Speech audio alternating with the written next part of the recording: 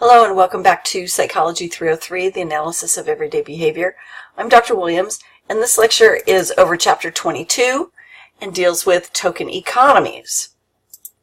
So the focus of this lecture will be the token economy, which is just an artificial economic system in which target behaviors are identified and then reinforced, but they're reinforced with tokens, which are generalized reinforcers that are later exchanged for primary backup reinforcers. We'll go into the details of these, of the terms in a minute.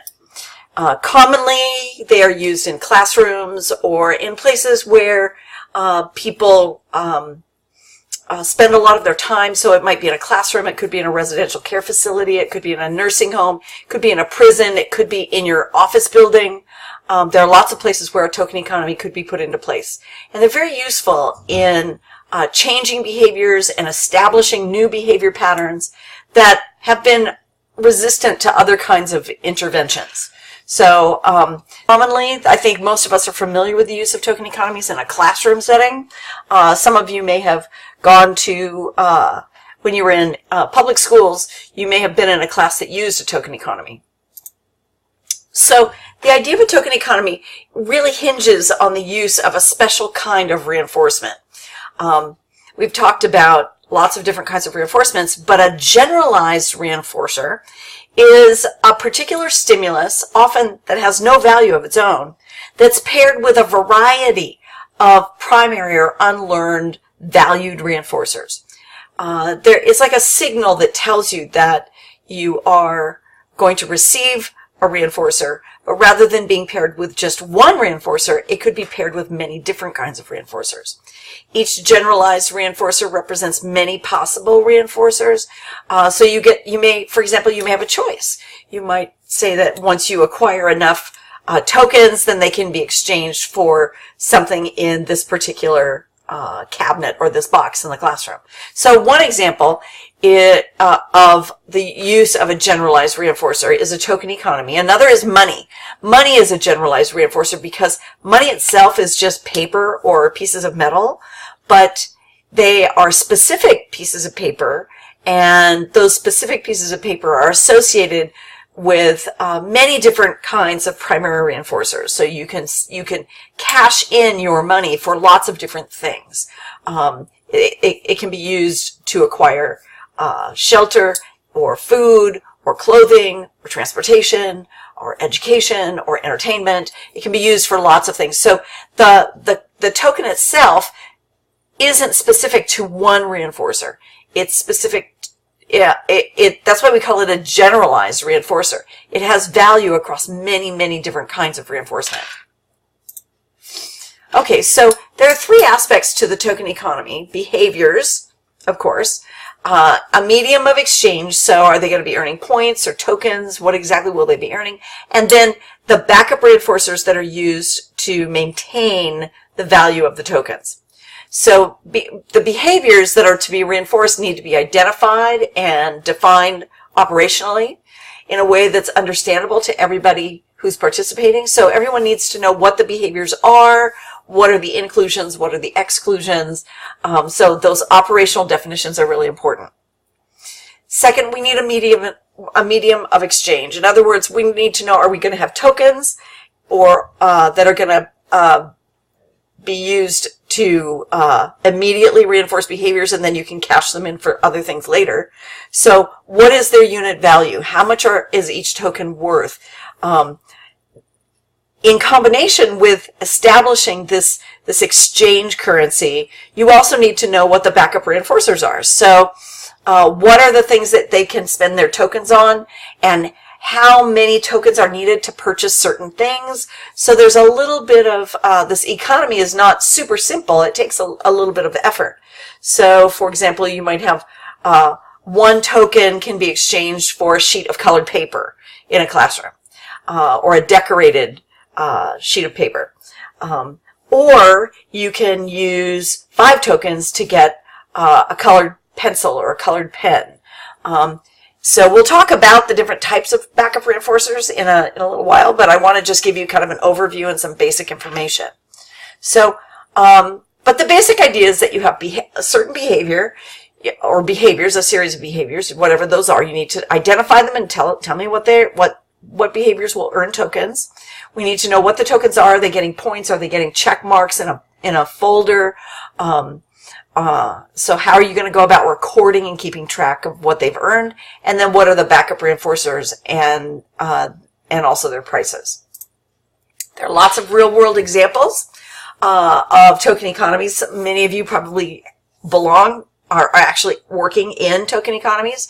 So for example, if you have a credit card for frequent flyer miles, for example, if you spend enough money, you earn points toward a plane ticket on Death Trap Airlines. I don't know. Punch cards. Lots of us have punch cards. Coffee cards. Sometimes places like Subway will have a card that gets punched and then you get a discount at the end, like your coffee cards do. Grocery stores like Fred Meyer's rewards cards. You earn, I think both Fred Meyer and Safeway now, you can earn gas miles. So as you spend money in the store, you rack up points, and so many points gets you so many cents off a gallon at a participating gas station. All of these are examples of purchase punch cards, and they are a token economy. Credit card redemption plans like Discover's cashback system. They have an incentive system where you spend a certain amount of money, you get some cash back. Proof of purchase systems. If you've ever tried to buy something off of a cereal box where you had to save up the cereal box proof of purchase symbols. All of these are token economies. So there's lots and lots of examples. Now tokens, once they become associated with backup reinforcers, become conditioned reinforcers, but it's a special kind of conditioned reinforcer called a generalized reinforcer. And the reason they are so powerful is because they're paired with all of those backup reinforcers that the client or the participant actually values. The tokens have to be regularly paired with that primary reinforcement, or they're going to lose their reinforcing ability. They won't be functional if the kids can't cash them in, or if the people can't cash them in with some regularity. And you have to include some degree of deprivation. If the individuals can just go out and get the backup reinforcers on their own, then they don't have to earn tokens in order to purchase them in your system. So, for example, if one of the things that your class can earn is, for 5 tokens on Friday or 10 tokens on Friday, students can buy their way into a pizza party. That would be great, unless they serve pizza every day in the cafeteria. Then they're not going to be pizza deprived, and you need to come up with something else. So deprivation is important. These should be things, one of the mistakes some people make, teachers will make, is that they shop at their local dollar store, and they require a lot of work to earn the rewards, and the kids can just go to the store for $1 and buy whatever they want on their own. So it's really a good idea to build your backup reinforcers from sources that kids don't necessarily have a lot of access to. And the backup reinforcers have to be valuable to your participants or your clients, or they're not going to care about earning tokens to earn things they don't care about. The important point here is that the tokens, if they are going to become conditioned reinforcers, because the tokens themselves are not very valuable, they have to be paired with highly valued backup reinforcers that the clients actually value. Now, those backup reinforcers typically are available for exchange on some regular interval, like at the end of the day or the end of the week, and they can fall into one of 2 categories. The first category is that they need to be rare and highly valued, so things like permission to go on a special field trip, special privileges, or items that are really highly valued but have a fairly high exchange rate, so they're pricey. Things like iTunes cards, or maybe a watch, or a fancy pencil, or a pen, or books. things that are really valuable that they would have to save up over time, save their tokens up over time to earn enough tokens to be able to purchase some of these items. Special privileges. My sister's a school teacher, and one of the things that she does is once a month she has kids. She goes to the cafeteria to have lunch in a special room that's off of the cafeteria, and kids can buy their way in, and then she'll bring in things like ice cream sundaes or cookies or something special along with their lunch. But you can only participate in the teacher lunch if you have enough tokens to cash in for it. The other kind of backup reinforcers are things that are immediately consumable, that can be used up immediately so that they remain valuable over the long haul. So literally little things like stickers or treats or boxes of raisins, something they're going to consume right away. Or things like coloring sheets or sheets of colored paper or decorated paper that they can get, 2 sheets for a token, but they only get 2, and once they use them up, they don't have them anymore. Special trips to the library. So at a certain time of the day, a child could say, I want to spend 5 tokens and go to the library during my free time. And they can go to the library and do that. Or to go to a special assembly that you can only go to if you buy into the, buy access with your tokens. So we're really talking about one-time privileges. So an example of this comes from my childhood. I remember being in lower elementary school, and the teachers would use chalkboards. And at the end of the day, they would erase the chalkboard for the day, and the erasers would get filled with chalk. And the teachers would select one child who had been very good that day to stay after school for a few minutes and go out on the playground and bang the erasers together to get the chalk out. And it would create this huge cloud of chalk dust. It was disgusting, and it was probably breathing all that chalk dust causes cancer. I don't know. But getting to be the eraser banger is that special privilege that you get for being particularly good. Well, you could include that as a special privilege in your token economy, and you could say, who wants to spend 5 tokens to get to be the eraser banger for the day? And then they would get to go out and bang the erasers on the playground. And so you could include special privileges like that. Who is going to help the teacher do attendance? Someone could buy that privilege for the day or for the week. So those kinds of privileges and things serve as really good backup reinforcers, because once you do them, they're no longer available. It's no available again until you earn more tokens and buy another special privilege. So that's these immediately consumable, usable reinforcers. They get used up right away. They can be low price because they only get a little bit of it for that one exchange. You use it up, and then if you want more, you have to go back and exchange more. So they either have to be rare or highly valued and expensive, or they can be immediately consumable and less expensive. Okay, so why are token economies so effective? Well, one reason is that tokens can be used to bridge the temporal gap, or the time between when the target behavior occurs and when that primary reinforcer is delivered. So we can't necessarily carry around primary reinforcers to dole out to 30 kids in class the moment they engage in a behavior. But we could dole out the same kinds of tokens to everybody and then have them later go in and exchange for reinforcers that are more individualized, things that they get to choose. Sometimes it's not appropriate or convenient to deliver the actual reinforcer at the moment that the behavior occurs. So a token is really just a placeholder for those backup reinforcers that they can exchange for later. The behavior occurs in class, but the reinforcers are selected and exchanged after school.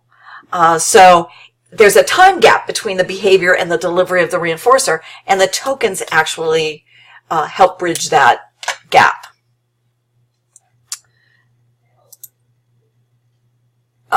So just an example, Johnston & Johnston in 1972 used tokens to reinforce young children for their verbal articulation. So it had to do with their speech. And so they would go and work with the speech therapist, and when they did well, they received tokens when they pronounced words correctly or made improvements. And later they were able to choose which playtime activity they wanted to engage in during recess. But of course, the speech therapy occurs in a place and a time very separate from recess. And so the tokens help to bridge that gap, in that when you earn tokens, you get to choose which activity you're going to participate in. In this case, the tokens were check marks or stickers that were later reinforced with being allowed to choose playtime later. So the teacher would go back through and say, oh, Marcus, I see that you have 15 check marks. So I think today you get to pick the recess activity for the day. And then Marcus would get to make that choice. And it showed that the kids made better progress when they were in the token economy than when they were not. Now, token economies can also bridge setting gaps between the target behavior and the reinforcer. This is true for the Johnston & Johnston paper because the speech therapy happened in one location and the reinforcers occurred on the playground.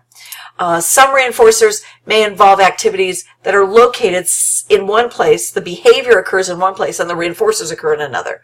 So, like the Johnston & Johnston article, behavior in a classroom, reinforcement on the playground. You might also find behavior at home, but reinforcement at the movie theater. Behavior at the office, and reinforcement in Hawaii. I wish. That doesn't happen very often. In my department, my husband's going to Hawaii for a conference, but I'm not. Okay. Oops, this is not moving. Hang on. There we go. An example of this is Smith and Fowler's study from 1984, where they reinforced kindergartners with points for certain behaviors. One was cleaning up when asked to do so, following class rules, and when they would go to the restroom, returning and waiting on the mat to receive instructions about what to do next. So those are the three behaviors that the children had to participate in, and they got points for doing this. So each day, if they got, the teacher would review and say, did you clean up today? And they would get a point. Following class rules, yes, you get a point. Did you wait on the mat after returning from the restroom? And so each day the kids were able to earn up to 3 points. And the points could be exchanged for activities the next day related to their outdoor activity.